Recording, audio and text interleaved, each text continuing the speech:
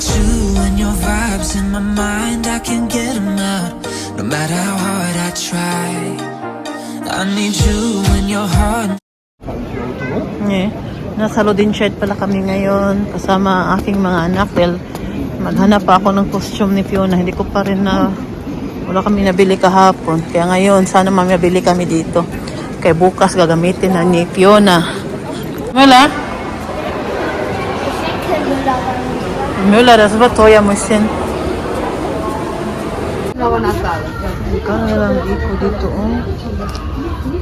Wow, nakita na kami ng costume ni Fiona. Ang dami nilang dekorasyon pang Christmas. Hindi ako palagi pumapasok sa ano na to. Ang dami pala nilang magandang mga pang deko. Ito pa, oh, mga gamit sa bahay. Sale na lang ata to, oh.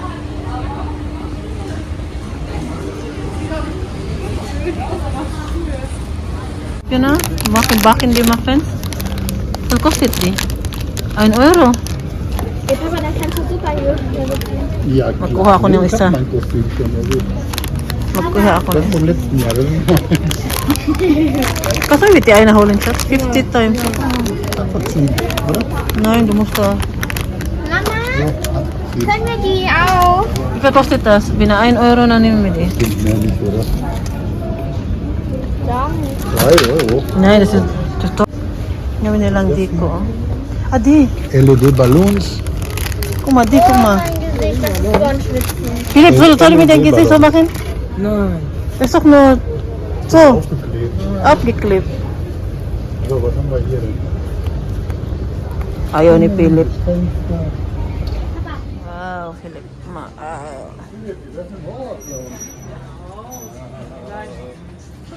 Wie viel kostet das? Keine Ahnung. Happy birthday. Ang dami nilang diko eh.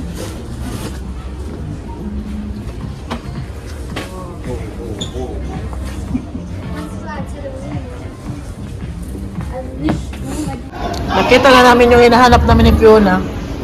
Gusto namin magbili ng ganyan ba? Okay, pero gusto ito sa akin. Pang deko namin sa labas ng bahay namin. Das? Taas, di grosa taas. Kung mabibel ko sa taas. Hier. Ito. Laki. Guck mal. Da ist auch ein Hex. Ang Hexe, oh, nilumabas na. Pass auf, das sind ganz, machst du bitte ganz unten, dass die Lass doch mal los. Philips Dings nicht. Ja, mach vorne, ja. Vorne. Mach mich. Ja? Ja, mach mal jetzt, deine. Den Selfie. Tama. Nicht kaputt machen, maganda pa naman yung ano. Come, paso dito. Laupen. Wow, Fiona. Bate mal, Fiona, bate. Ich sag's dir Bescheid, okay? Jetzt, Fiona. Jetzt, komm. Laufen. Wow, danke. Ja, guck mal. Tingnan po ninyo. Nakita po ba ninyo ito? Das war der letzte. Fiona, guck mal mein Cellphone. Das war der Hier. letzte McDonalds-Koch, der zu langsam war. Fiona, guck mal mein Cellphone. Hier. Kann ich sehen? Guck mal, du musst mein Cellphone. Ano yan? May multo. Nakabili pala ako ng isda kahapon sa Lodinshed. Yan na yung gusto ko sa ano ba kay malinis na oh. Hagasan ko na lang siya ng tubig at gagawin ko siyang inununan sa Bisaya. Kasi ito si Oliver nagsensento sa akin ng nagpalaway ba. Tapos gusto ko talagang kumain ng isda nung last week pata yun. Walang mabiling isda dito sa amin. Kaya napunta talaga ng Lodinshed kahapon at nabili kami nito. Ngayon lulutuin ko na siya. Dahil naka-defrost na. Lutuin natin. Excited na ako sa aking isda. Tingnan po ninyo yung niluto ko. Inununan. Hinati ko lang siya dahil ginawa kong yung 2 peraso naman pinirito. Para mas masarap. Hindi siya maanghang. Ano lang yan ang sili niyan. Pwede nga yan kainin eh. Hindi maanghang. Lalabasan na kami. Umuulan. Kasi Fiona, inimbita din ng birthday ngayon. Kaya niluto ko na siya. Ito na lang yung kainin ko. Iwan ko lang yung mga kasama ko dito. Anong kakain?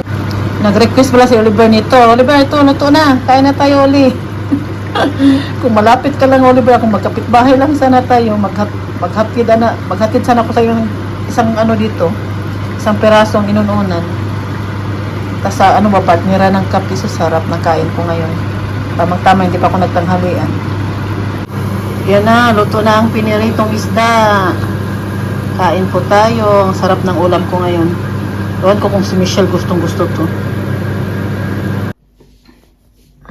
Oh, meine Augen, ich bin blind. Ja. Ang dalawa parehas ng mata. Meine Augen, ich kann nicht mehr. Tingnan po ninyo, kinuha na yung basura ngayon dito sa amin. Yan po ay mga plastic. Yung yellow na container. Ay, ito ba? Sa amin yung number 55. At kailangan yan alisin mamaya pagka alis nitong sasakyan na nagkuha ng basura. At alam po ba ninyo, yung sila din mismo ang maglagay dyan sa kalsada ng mga na yan. Mga container na yan. Kukunin lang nila sa bahay-bahay kasi nasa labas lang naman yan ng bahay katulad nito. Tulad yan. Tapos ilagay lang yan sa kalsada. Para pagdating nila, ready na. Ganyan o. Ganyan lang ang pagkuha ng basura dito. Nandito kami ngayon ni Fiona sa city. Pero nagmamadali kami dahil nandyan na yung bus namin. Bald. Pumpo. Nag-grocery kami konti ni Fiona. Yung kulang lang namin sa bahay ba. Ano na? Guck mal, die haben schon Mag-alas 5 na kaya. Ano na, sinirado na nila yung yung fountain. Kaya mag-winter na. Malamig. Next year ulit, Fiona.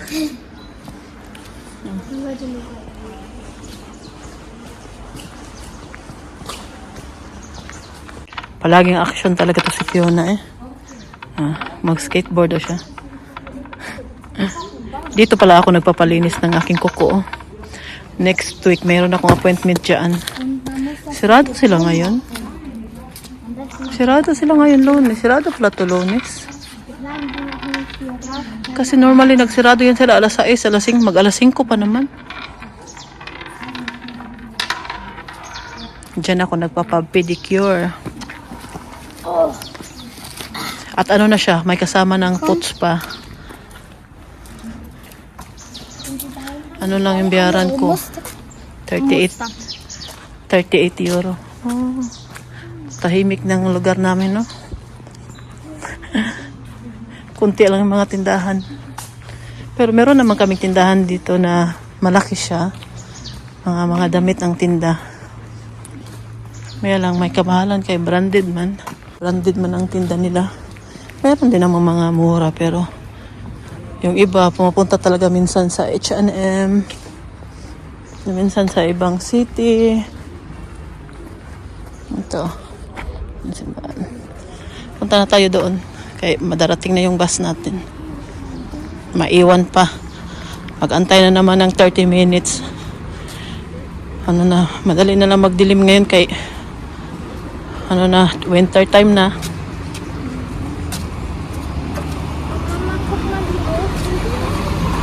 Ito yung binili ko doon, no? Titikman natin to kung masarap pa siya. Mukhang masarap naman, oh. Tingnan to ninyo yung loob. Tag 8 euro, 49 siya. Titikman natin.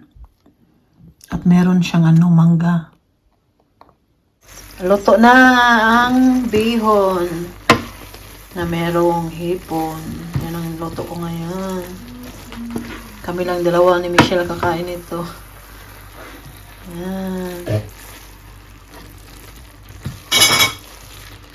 Yan yung kakainin ko. Kaya nagutom na talaga ang nagutom na ako ba? Luto na to. Unter meinen Lippen. Luto na to siya. Ha? Da war eine Mücke unter meinen Lippen, wo ich das so Angst gehabt und Yan, pwede na yan siya. Sarap, kain po tayo. Magandang umaga po sa inyong lahat.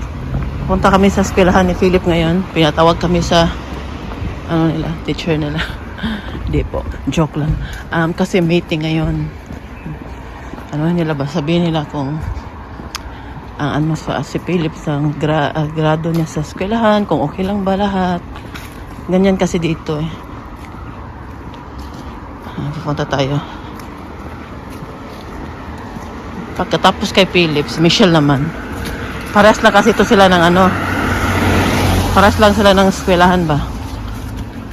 Dito. Nasa bahay na po ako. Nung pagbaba ko, daming sulat, nakalapag dun sa Oh. Kinakabahan ako nito dahil meron kaming babayaran na grabe.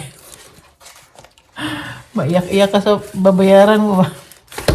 Tapos pinuo ko daming sulat. Puro mga bayarin. Di ba last year, ang laki ng binayaran namin sa sa ilaw. Di ba nagmahal ang kuryente dito. Nung pagdating ng kasi automatic po nila yan, dinideduct every month ang bayad sa ilaw. Tapos pag nasobra po yung gamit namin sa yun ang babayaran namin ngayong buwan na to, October. Tuwing October yan dumadating. Ang kay Uma, yung babayaran last year, 700 plus ata yun. Ngayon, 79 euro ang mabayaran ni Uma. Buti na lang, hindi masyadong malaki dahil last year po, 700 po yun. Grabe no? Bigla yun talaga yung pinakamalaki na nagbayad si Uma sa kuryente ng 700 na yung sobrang yung gamit pa kasi nagmahal nga yung kuryente. Kaya ganun din yung nabayaran namin. Mahal. Kaya hindi kami natuwa last year sa natanggap namin. Ito namang sa amin. Ang sa amin naman, tiningnan ko kasi magkaiba kasi itong amin at sa taas. Magkaiba kay Uma. Balik kanya-kanya sila ni Martin ang bayad ng kuryente. Ang kay Uma, dito sa baba, hanggang sa sa basement namin, yung washing machine namin, yung lahat doon sa baba. Kung anong kuryenteng gamit doon. Sa amin naman, sa amin lang din sa taas. Ang mabayaran namin, 178 euro. Ang laki no? Grabe yung gamit namin ng kuryente sa taas namin. Grabe, kami, nasobra yung gamit namin kaya 178 yung bayaran namin. Nagbabayad naman si Martin every month ng 140. Dapat nang ibabayad niya 120. So sinubraan niya ng 20 euro para hindi malaki yung mabayaran namin tuwing October. Kaya October ngayon dumadating yung mga naksalong ang tawag yan dito. Sa amin 178. Ang mahal no? Pero ang tubig po, mura lang pong tubig ito. Dito din yung tubig. Tapos ito namang isang sulat na dumating. Pakita ko po. Ginoo ko. Maano tayo nito guys.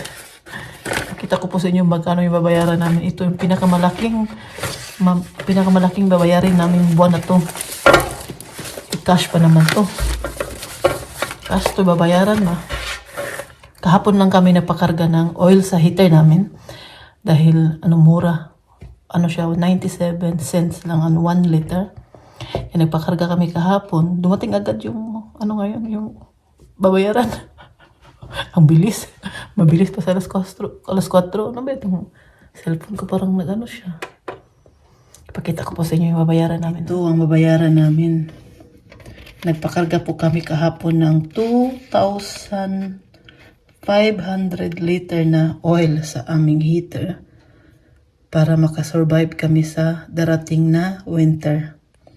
Kaya yan po yung babayaran namin. Sa peso po ay yan po ay 157,000 pesos. Sus, Diyos ko Lord.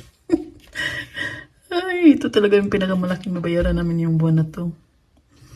Pero kailangan hindi pwedeng hindi magpakarga dahil nga kailangan namin pag naligo kami, kailangan warm water, tapos kailangan yung walang magawa, di kailangan magpakarga dahil nga sa darating na winter nila pwede na di tayo magpakarga ng oil na sungkali maligo tayo, malamig. Kailangan meron talagang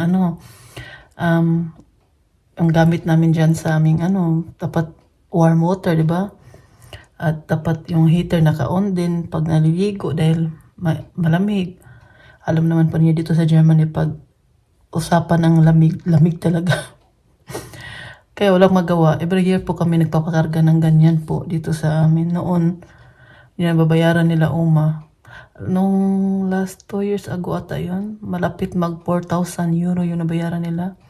Sa dry 1,000 liter ata yun. Kasi ang kasya pala dito sa namin, tangki namin sa baba, ay 4,000 liter pala ang kasya niyan. Ngayon, pinakarga namin, 2,500 lang. Ikala ni Martin, 2,500 lang ang kasya.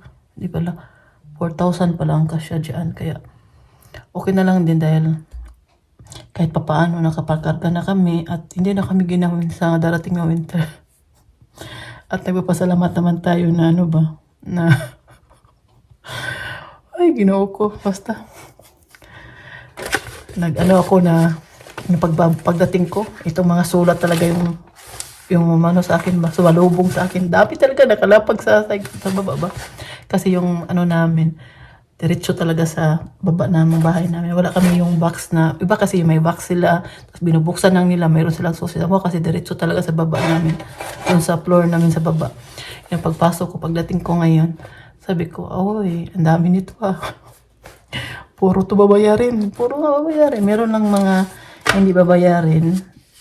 Hindi ko ito pakita sa inyo. Sa amin ito. Ito lang babayarin, baka magtulong sa amin na magbayad.